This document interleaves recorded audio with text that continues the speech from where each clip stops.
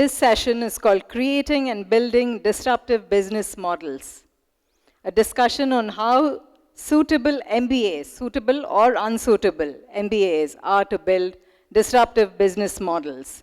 I invite Parag Dhol to take us through the session.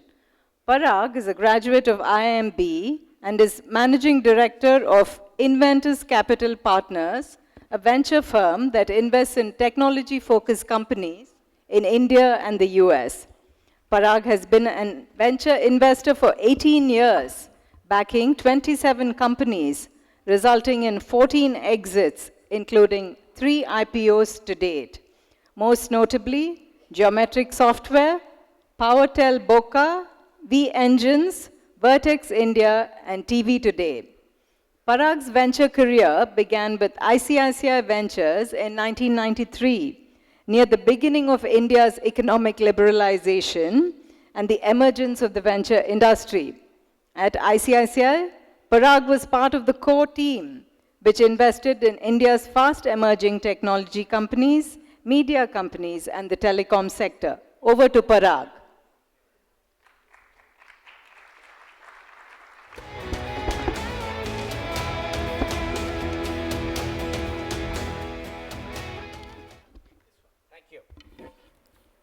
Thank you. That's a pretty full house. So I would like to take this opportunity to ask Sharad to come up, please. Sharad is one of the top tech policy advocates in this country, and we'll hear more as we go along. Please play that video, please. Sharad Sharma. Sharad Sharma is not a name that needs introduction in the startup ecosystem and software product industry in India.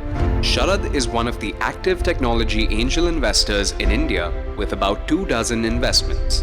Sharad is also the co-founder and governing council member of iSpirit and CEO of Brand Sigma Inc. He has held senior positions in leading technology companies. Among them are Yahoo, where he was CEO India R&D, Veritas, where he turned around the Indian operations. He has also been chair of NASSCOM Product Forum and a member of the Executive Council from 2009 to 2013. As an entrepreneur, he co-founded Teltier, now a part of Cisco. Sharad's personal mantra is to lead big and small companies through orbit change.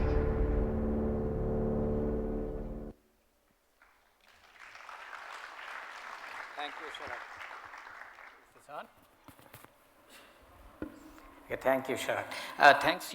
Thank you for coming in on a Sunday. It's a pretty full audience, as I said, so good to see so many people there. Sharad, you do a lot of things, as the video kind of said, so why don't you take 2 minutes to kind of describe the various hats that you wear?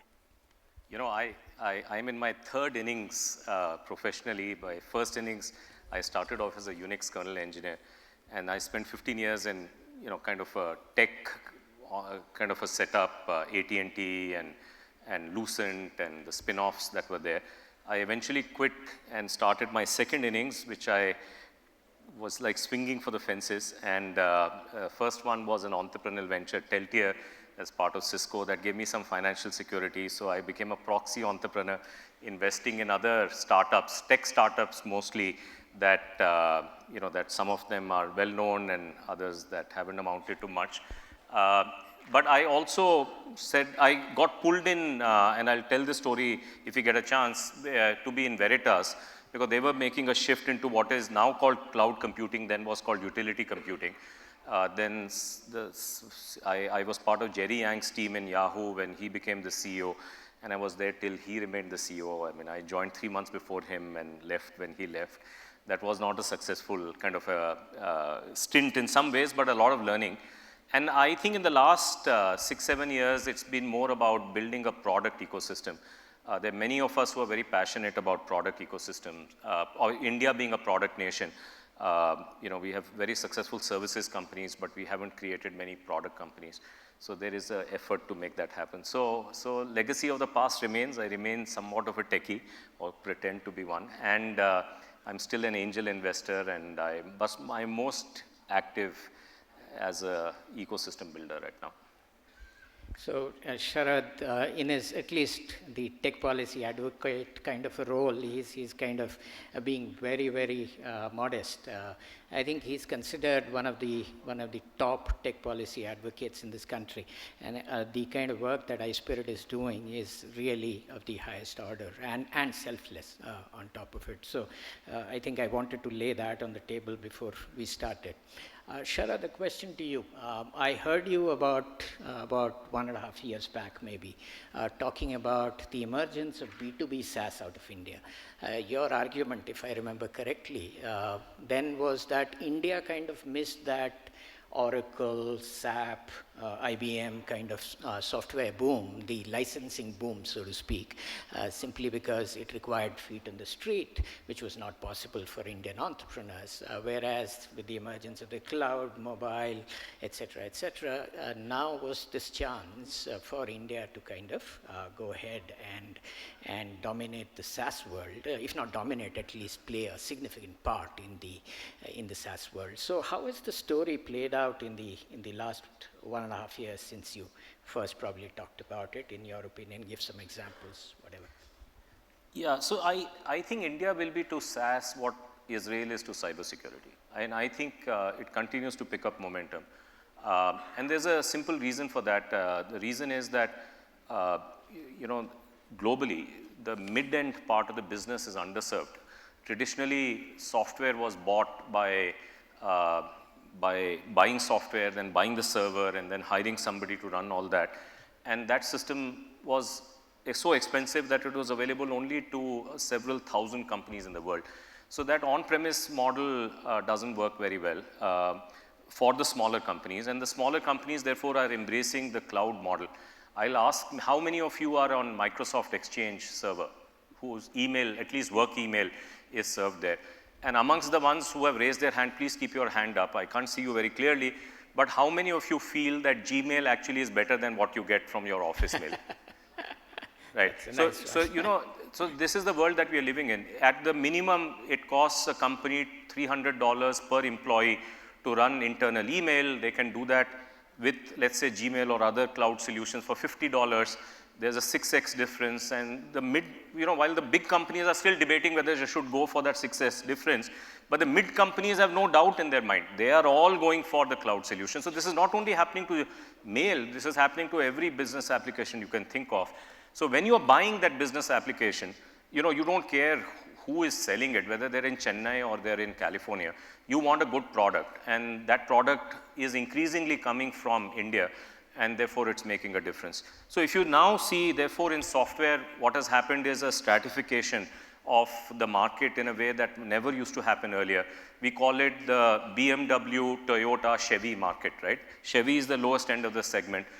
Toyota is the middle end of the segment, and the BMW is the upper end of the segment. And earlier, only BMW sales happened in the software industry. So Siebel was the only one that was selling, $200 per seat per person. Then came Salesforce.com, sold it at $50, $60, per person And, then came Zoho, a Chennai company that sells at $8. They have 84% of the global market. They are the most valuable software product company out of India. They already are a category leader in their space, and you're beginning to see more and more of these companies come up. So finally, we mustered up enough confidence, and December 2nd, we landed up in the Valley, and we said, let us, if we can convince the Valley about this, then, that is some sense of momentum. So on December 2nd, there was an event that took place. It's called Startup Bridge India, co-hosted by iSpirit and Stanford University in the Stanford campus. And we had Dheeraj Pandey, many of you may know him. He is the star in the Valley right now because he built this successful company called Nutanix in a very short amount of time. And so he stood up on stage and said, I don't know whether you're going to believe these two Indian startups that are here, Freshdesk and Capillary, that India is going to be on the stage, on the SaaS stage in the future, but I am putting my personal credibility online to tell you that is indeed the case. So we are getting somewhere. I think there is good momentum. It is hopefully going to put us on the map as we go forward. So my role, a VC is in some senses kind of cynical. So let me flip that question around. The thing about that still is that if you look at platforms like GitHub, for example, India's contribution, as people say, is more to this is an open source platform, by the way.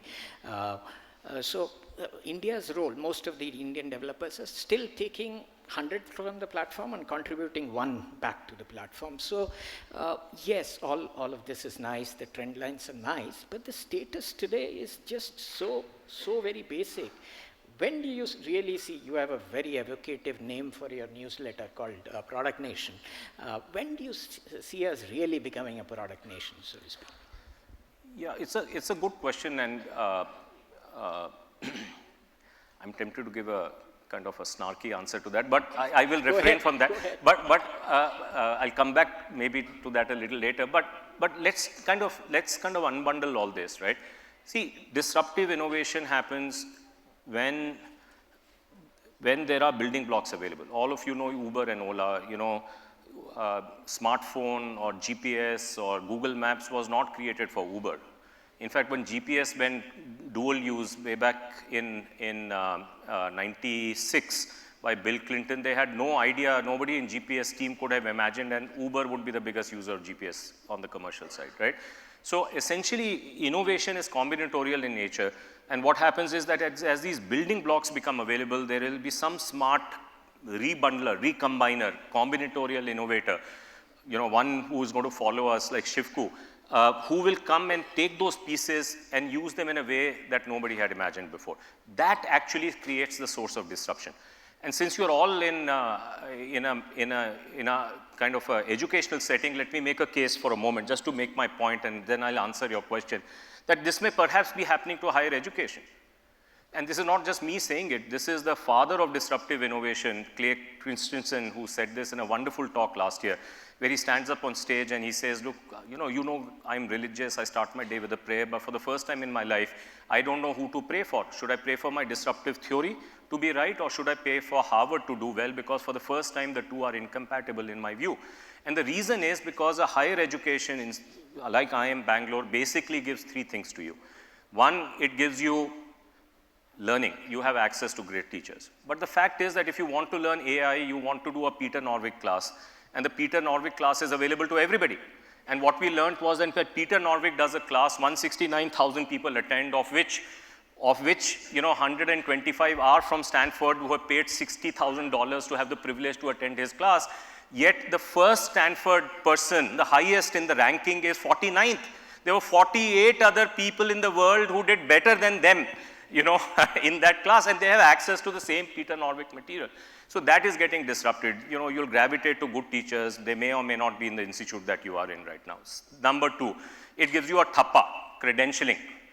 Look, in the tech space that I come from, I don't know how many of you are in that space, so you should worry about this, because this is coming your way as well. In the tech space today, nobody cares about academic credentials. It's all about achievement credentials. So companies that harvest your achievement credentials are valuable. These are companies called HackerRank, HackerR, Topcoder. It so turns out that 2 of them are Bangalore-based companies in the world. Now, these are 3 main companies in the world. And the third company, which was not Bangalore-based, has been bought by Wipro, a Bangalore-based company. So the top 3 achievement credential companies in the world are now associated with, in the tech world, are associated with Bangalore. Why is that the case? Because this change is coming in a way that you and I don't foresee today.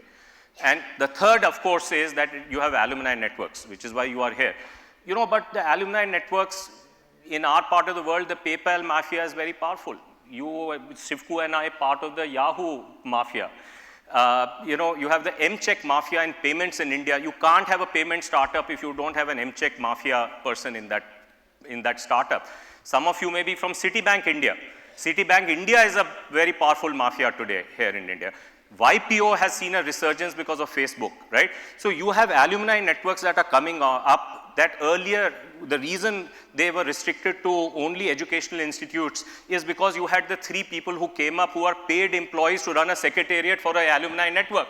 The new alumni networks have figured out a way to do this without the secretarial help that you have here. So it's democratized. So now the university is unbundled. Somebody will come, if I can guarantee you, in the next 10 years and rebundle it in a form that looks nothing like today. That will be the Uber of universities tomorrow. And so that is how disruption happens. Now, for that disruption to happen, you need building blocks. What has happened, why Indian entrepreneurs are doing well, is because they've learned how to do combinatorial innovation on third parties' building blocks. The question that you are asking is, are we creating enough building blocks ourselves or not? And the answer to that is yes. Is there anybody in this room who does not have Aadhaar? How many of you don't have Aadhaar? I see one hand here, 2, 3, 4, or 5, right? Do you know Aadhaar was built by 22 volunteers? Amongst the 12 systems that have 1 billion users, there is only one that is not American. That is Indian. That was built by 22 volunteers. So when you hear about WhatsApp being built by 37 employees, keep in mind that Aadhaar was built by 22 volunteers. If that is not open source contribution, I can tell you what is not. How many of you are planning to use digital payments? You will, I guarantee next year when you come, all of you will be using something called UPI. UPI is again built completely by volunteers, most of them here in Bangalore. Have you heard of this thing called DigiLocker? Where you can go to the airport just next door and don't show them your ID card, but show them the DigiLocker application where your license is there or whatever identity you want to show. You know who built this? Amit Ranjan. Who is Amit Ranjan? The co-founder of SlideShare. Sold for $130 million to LinkedIn. Before he sold it, he was a part-time volunteer. When he sells this, from the first day, without a single day of break, he has been a full-time volunteer working pro bono to make DigiLocker successful. I could go on and on. So this myth that we are not contributing to build public goods is only true among the non-techies. So please forgive me. Don't allege that techies in India are not doing that. That's a very unfair statement. It comes only from people who are not deeply in the tech market. Okay, fair point. Snarky comment enough. But let me take the argument. I love him, but therefore I can take pot shots at him. No, so let me ask a question of the audience and try and prove a point. How many of you have a VPA? How many of you know about UPI? Okay, how many of you have a VPA? Have A virtual payment address. Parag at ICICI, kind of an address. See, about I guess, 40% of the audience knew about UPI, and 10% of the audience or less has a VPA. So tell me, what is the thing here? I mean, why? No, let's first clarify. UPI was consumer launch took place on July 25th of this year. That is 5 The months. business launch took place on April 11th of this year. The technical launch took place on February 11th of this year. On February 11th of this year, 321 companies participated in the tech launch. So much so, the expectation was 150 would come, so only one person per company was allowed, and 321 startups turned up. Can you tell me how many VCs turned up? I don't know. One. Alok Goyal of SAFE, and we asked him, why did you come? He said, I'm a Googler, man, I got to see what new technology is coming. So the people who are clueless in India are not the entrepreneurs, let me tell you frankly there. The reason why you have only 10% because UPI is growing at 300,000 users a day, every day. It is very early days. You are already, and why do I want to tell you that? 300,000 UPI users a day is about 1/3 of 1 million users a day of enrollment that Aadhaar did at its peak. So in 4 months, if you are up to 300,000 new users a day, we can foresee that in 6 months, we will be 1 million users a day. At 1 million users a day, will be 1 billion people 4 years from now. We may be even faster than what Aadhaar is. So please realize that these are changes that are happening at a scale. This is the fundamental mistake we make again and again. If you go back 100 years, no matter where you lived in the world, you would not have seen a non-linear change in your life. Period. Today, you see non-linear change in carbon emissions, you see non-linear change in the power of your phone, you see non-linear change in the adoption of Aadhaar, in WhatsApp, in Instagram, Snapchat, and so on and so forth. Humans are not wired to read non-linear change. And it is a learned skill, it is not a natural skill. And whatever little capacity that they have is usually destroyed when they do their MBA. So I asked, why did you invite me here? Right? Because MBAs are taught that the future is predictable or discoverable. Please know where the puck is and make the company go to that puck. That is not, that is so 19th century thinking. Today's 21st century thinking is future is what you create. And when you want to create a future, you have to be a panga entrepreneur. You will have to be a person who says, I will disrupt the biggest guy out there and still survive.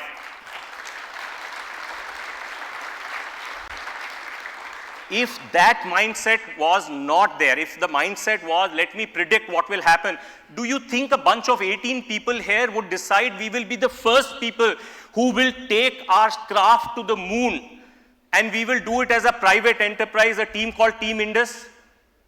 Thankfully, none of the 18 had an MBA in them. I'm not joking.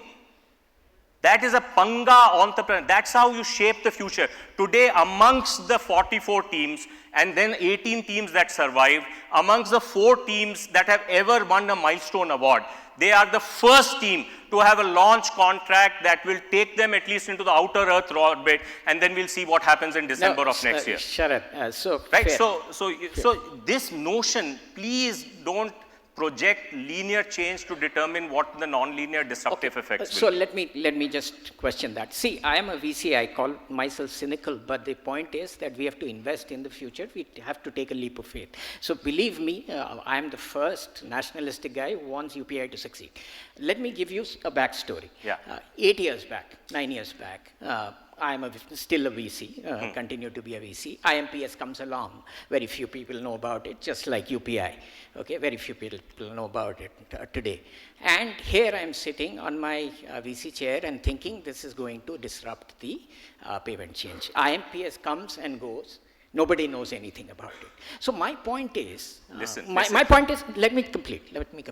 My point is, are you guys just doing a marketing horse? Okay, and the trough of disillusionment will be very high. Is that the question? That's an honest question. Listen, the trough of disillusionment is only there in the VCs. Because they want, see, your business model is, I got to make money in 10 years and run away. Explain to me why IMPS did not succeed. UPI is a layer on IMPS. This is so wrong.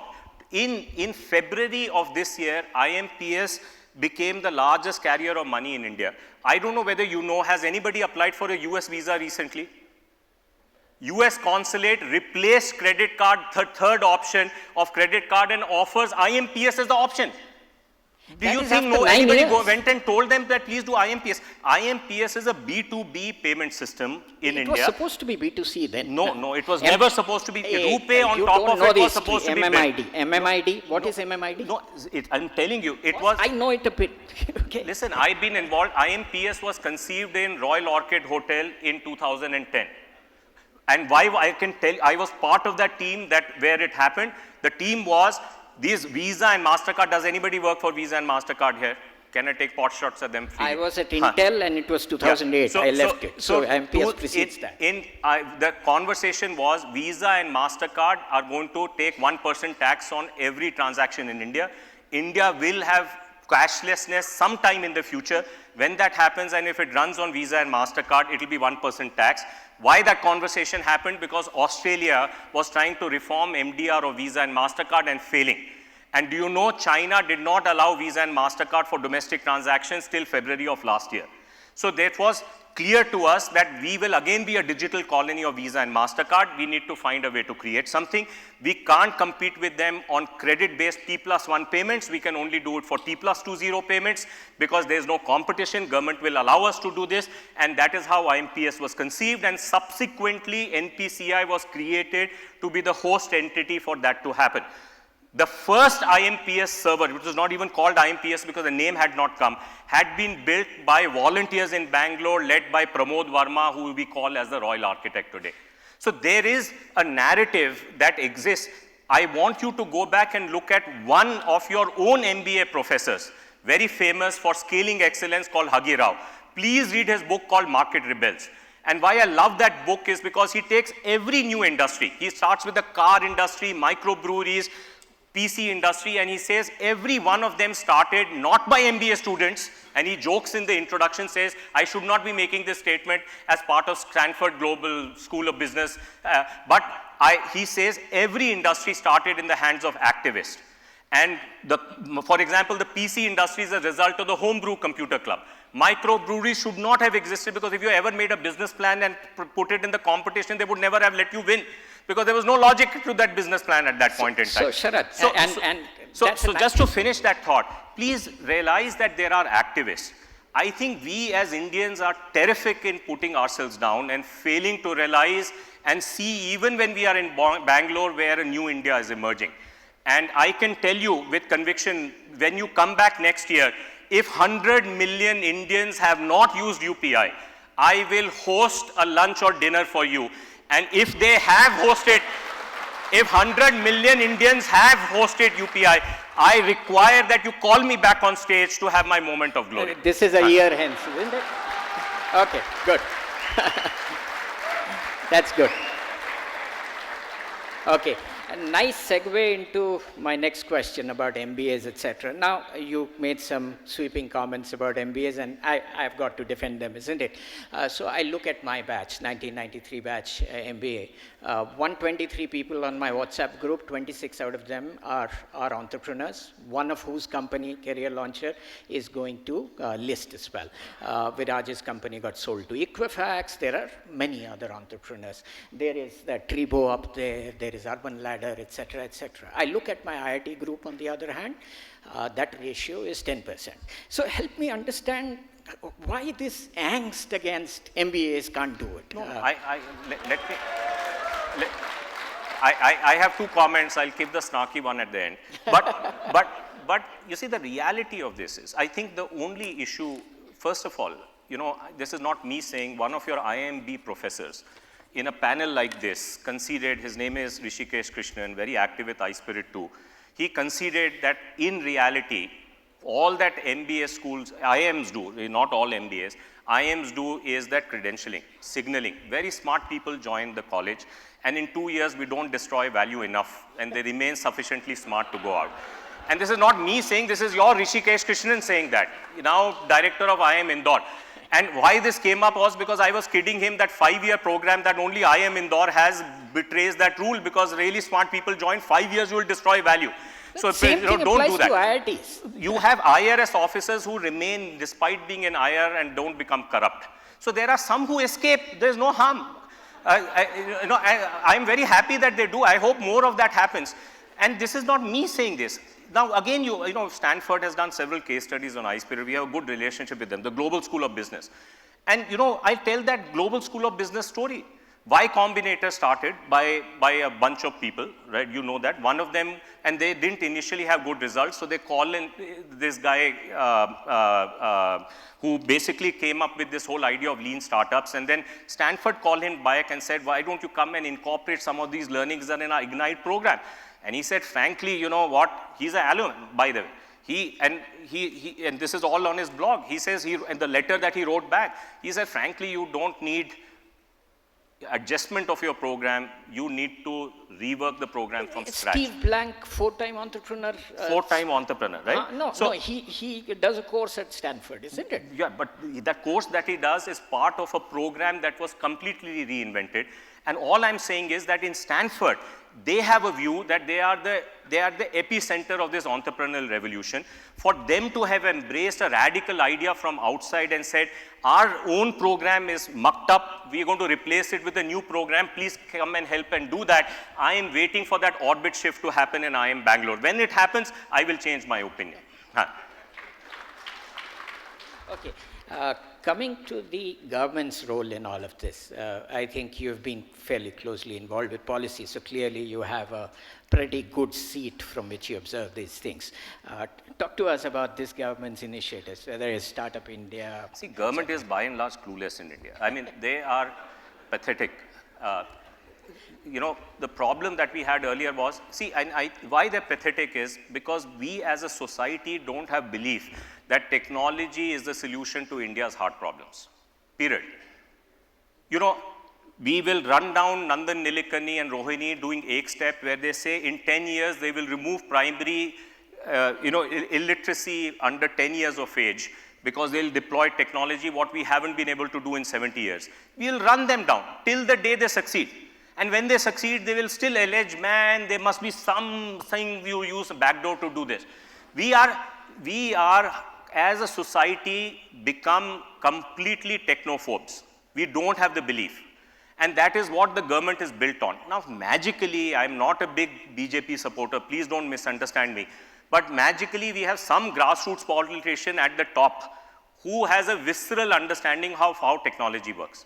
I'm not exaggerating, this UPI thing happened. And when the business launch took place in April, in May's Mann Ki Baat, Mr. Modi talked about UPI and how payment for mobile phones will change India. And I'm on that WhatsApp group, we are talking to NPCI and said, man, that great job, you briefed PMO to have him come there. They say, no, we never briefed them. We thought you guys briefed them to be able to do that. So here is a prime minister who understood the wisdom of this. It turned out later because of a joint secretary, right? Now, that has not become institutionalized in the government.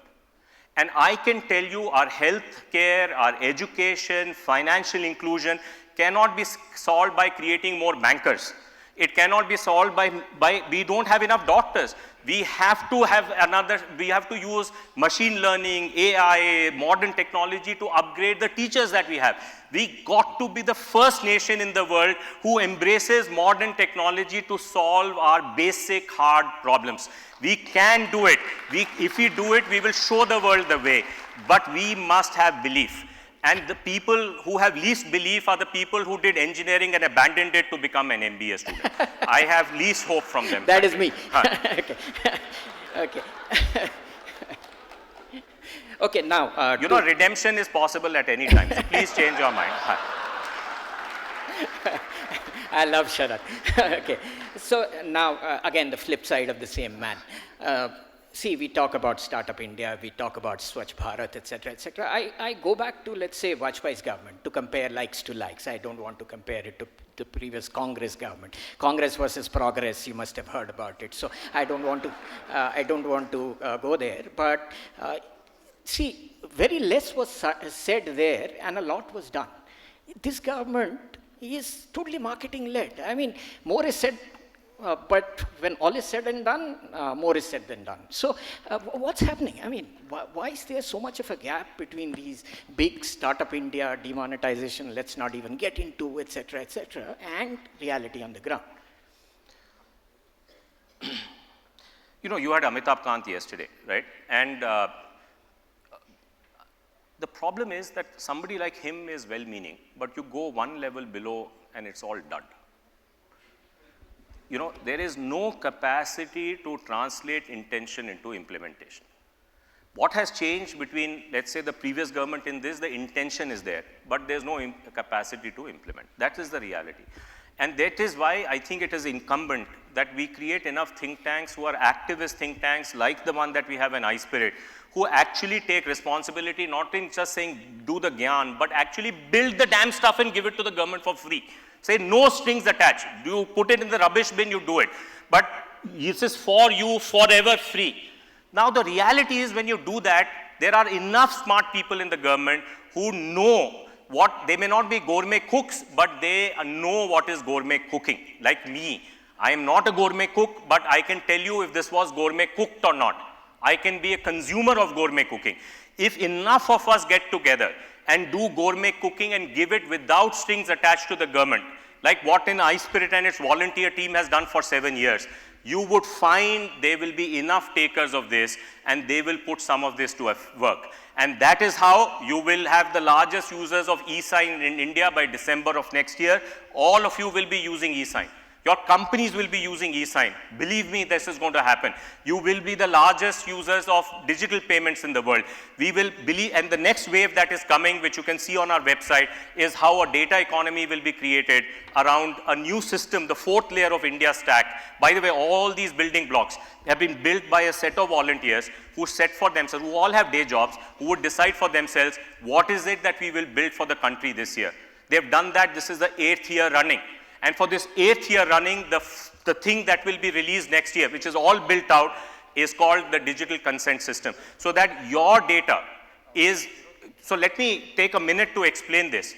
What is, if you permit me, can I do that? Yeah. See, the golden rule of payments, since we're talking about payments, is that if I find 100 rupees missing from HDFC Bank in the morning, I'll say, where did my money go? And if they cannot produce my permission to debit that account, they'll credit it back to me. And they are the ones who collect the permission. They give me the checkbook on which I give them the permission. They ask me to go to their website, their app to give the permission. This is the golden rule of banking everywhere in the world. No exceptions. The rule is that you collect the permission yourself.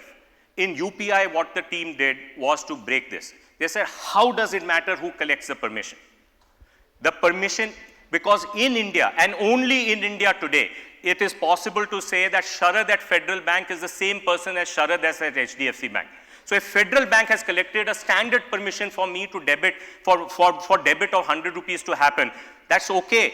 In telecom, we call it separating the payment flow from the permission flow. And those of you who know about the concept of innovation and unbundling, this has got enormous implications for unbundling, which will manifest only a few years from now. So we separated the permission flow from the payment flow. That led to the next question, saying perhaps your data, your personal data, the fact that I came from Koramangala to here, the cell towers that I touched, Airtel has that data. That data may be more valuable than my money. So if private data is going to be more valuable than money, can we in India show the world a way to manage it only around user consent?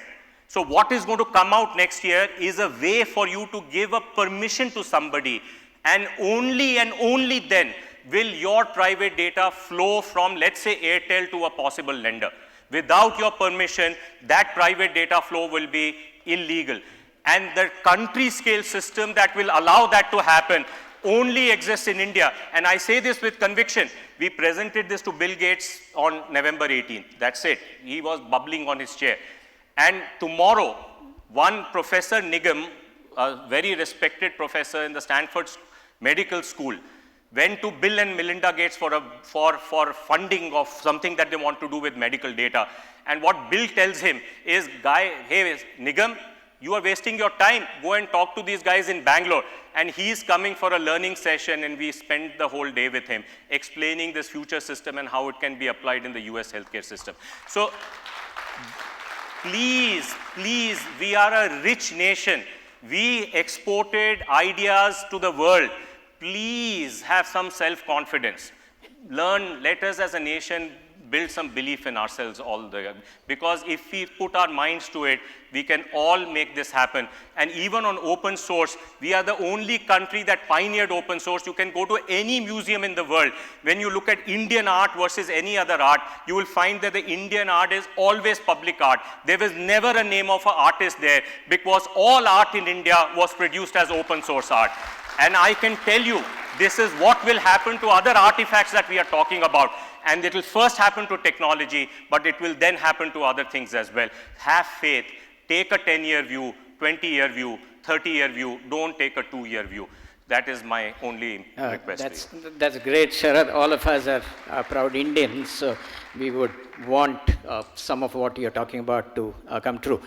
So now is the time for audience questions. There's kind of an app, et cetera, et cetera. So the first question is, what are your plans to make India a product nation? Yeah, we don't know the answer to that, honestly. So we spent a lot of time trying to learn how 30-year change happens. Why is it that smoking came down in the US and it didn't come down in Europe? Why is it that 40 years ago, in 1974, you know, if you went to the US and looked at Yellow Pages, there were only 7 designers in Yellow Pages. How is it 40 years later, Silicon Valley is now the epicenter of all design? What did they do that took away design from the Europeans? and so on and so forth. And we have learned that essentially there are two things that are needed to make that happen. And I don't know whether this playbook will work here. First of all, you need 30-year architects. So in 1974, California School of Arts and Stanford decided to both set up design schools because design skills were not there. And one set it up with the arts background and the other set it up with the engineering background. First it is, think of it, how that collaboration, if it could happen between ISC and IIM Bangalore. It's difficult to imagine, but it can happen. They did that. Then, how many of you know about HP 35?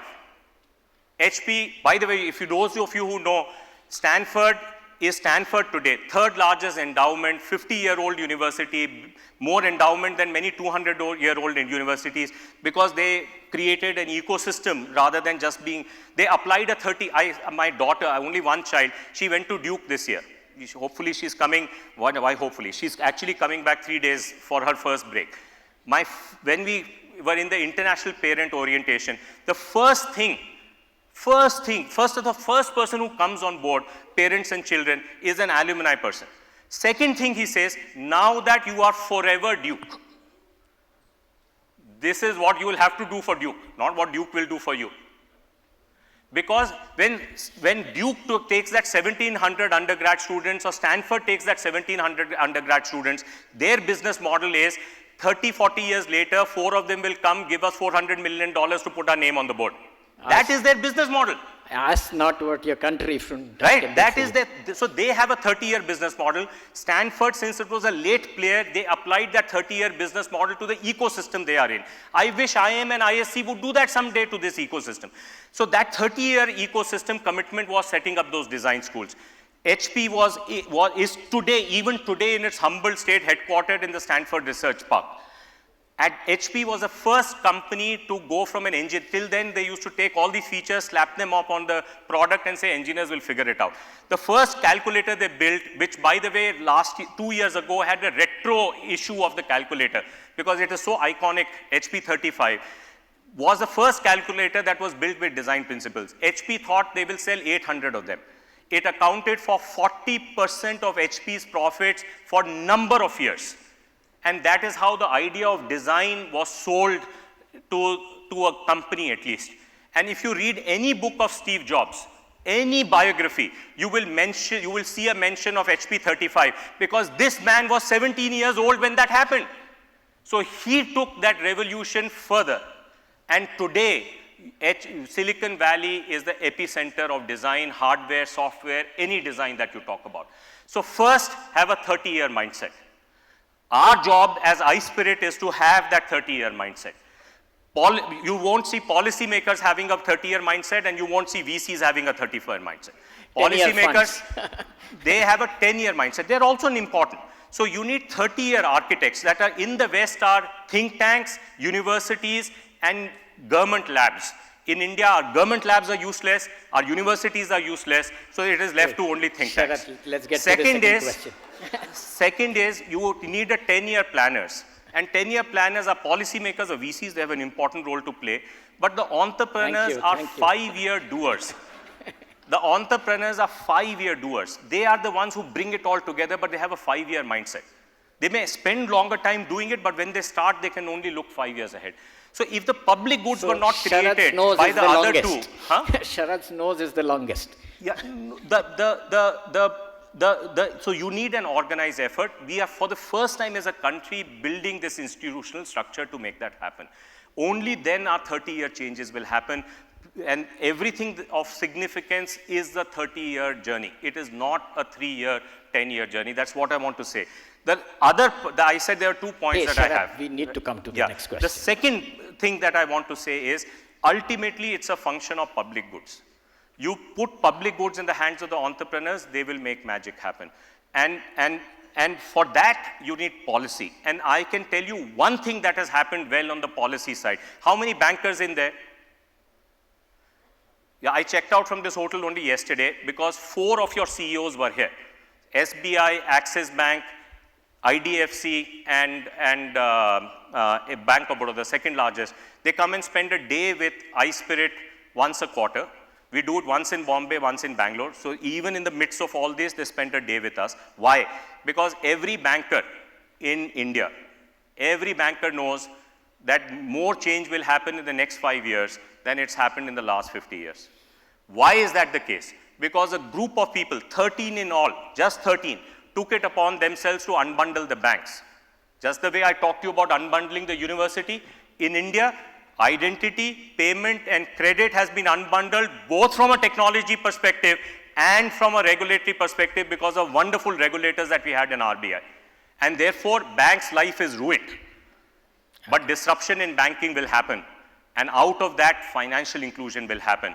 And that is why you will cite a new engine of growth here. So all I'm trying to say, Product Nation will emerge when people start solving the problems of India too. If you are wise, you will stop working for the 50 million families of India.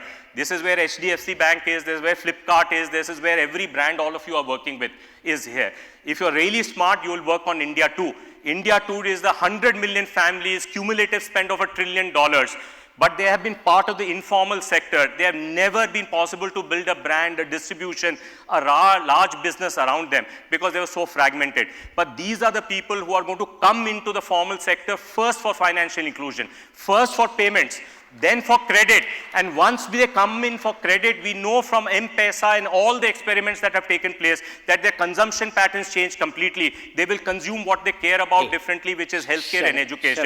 So if you are smart and do one thing well here today from my lecture, go from India 1 to serving India 2. That is where the future wealth is going to happen. I hope many of you will do that. See, Sharad was clearly some Adi Shankaracharya or something in his previous birth. He's so evangelical, and which is nice to hear. We need people like that for sure. Selfless people like him, I should emphasize. I don't agree with everything he says, but selflessness is important. So the second question I would like to ask you is up on this thing which says, what's the time frame one should have in mind while building and executing disruptive business model? What are the expected challenges one needs to be prepared for? I would leave that for Shivku. You know, outstanding entrepreneur. We should bring it up with him because he is really an example of a disruptive entrepreneur. So only rich, then let's go to the other question which says that only rich can build a disruptive business model. Uber, Tesla, share few business models if opposite, if any of the opposite order. Yeah, how many of you own a Toyota? You know, $10 billion R&D spend. Definitely a great company. You love your Toyotas, I'm sure. You know, well-run company. Probably, if not the largest, the second largest car company in the world. Saw that, you know, clean companies or clean cars will be important before everybody else. So we'll have to. Yeah, I'll just finish this thought in quickly. And has the most successful car in the world called Prius. Right? What does Tesla do? Tesla introduces its first car, grabs 25% of the luxury market with $130 million. Why? Because they have a panga mindset, they don't have a dhanda mindset. Do you teach panga mindset in your IIM? No. Because you treat them a dhanda mindset, business plan, do you think Elon Musk is doing any of that?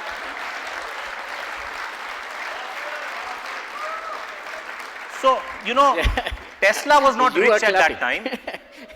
You know, Uber or Flipkart got money because they had a panga mindset, and then they were only $1 billion market cap in 2010. Then they lost their way and they became 10 billion. Had they not done that, they would all be doing fine. But they became successful not because they were a rich company, because they actually executed well. Then they lost their way. Why did they lose their way? Because they were now in a zone where they had to deal with hyper-growth, the way Indigo has dealt with hyper-growth or Airtel dealt with hyper-growth. But there is no IIM professor in India who is willing to have case studies, who teaches these entrepreneurs saying this has happened in India before successfully. Therefore, please learn from their experience and apply it to Flipkart. They tell me, is IIM Bangalore doing it? No. Absolutely fair point. Right? So, so that is why you have a problem, right? And Vasanti is pointing to me and says, no, she is doing it, and probably that may be true. But There but are some I have- exceptions. but the problem here, I'm of course being facetious here. Please don't throw bottles at me. I'm going to go off stage in a minute. But the point I'm making is this myth that disruption requires a superpower. In this asymmetric battle between Tesla and Toyota, Tesla required a superpower. In this asymmetric battle between Team Indus and the global government-run space program, Team Indus required a superpower. And so on. You need a superpower. Superpower is usually technology. But to embrace a superpower, in different cases, in Indigo it wasn't technology, but it was business processes. But to embrace a superpower, you can only do this if you have a Panga mindset. If you've been contaminated with a Dhanda mindset, your superpower may be sitting in front of you and you can't do anything. So this myth that money is that superpower is certainly not true. Only VCs and private equity people peddle it to entrepreneurs because they tell them, if you don't have money, you won't succeed. The smart entrepreneur says, man, it's not your money. I'll treat you only as money bags. You don't need anything. I will have my own superpower. So this myth about money being very important in this asymmetric battle is a myth. If we have more time, we would have loved to talk about it. Yeah. Thank you so much. Hi. See,